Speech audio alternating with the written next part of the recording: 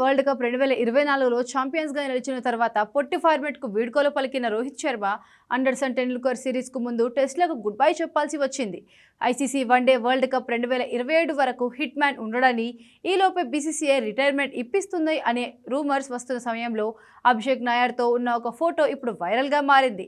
దాంతో Rohit ఇప్పుడల్లా వన్డేలకు retirement పలకడని confirm అయింది. Champions trophy తర్వాత ఐపీఎల్లో కనిపించిన రోహిత్ శర్మ మళ్లీ ఇప్పటి వరకు టీమిండియా ఆడే ఏ మ్యాచ్లోనూ లేడు. రేపే జరగబోయే ఆసియా కప్ కూడా హిట్ మ్యాన్ ఉండడు. బంగ్లాదేశ్తో జరగాల్సిన వన్డే సిరీస్ రద్దవడంతో ఆస్ట్రేలియా వేదికగా అక్టోబర్లో జరిగే వన్డే సిరీస్లోని రోహిత్ అభిమానులు చూడబోతున్నారు. ఇటీవల కాలంలో కాస్తంత బరువు పెరిగిన రోహిత్ శర్మ ఫుల్ ఫిట్గా తయారేందుకు టీమిండియా మాజీ కోచ్ అభిషేక్ నాయర్ దగ్గరకు వెళ్లాడు. అభిషేక్ జిమ్లో ఉన్న ఫోటోని రోహిత్ శర్మ సోషల్ మీడియాలో పోస్ట్ చేశాడు.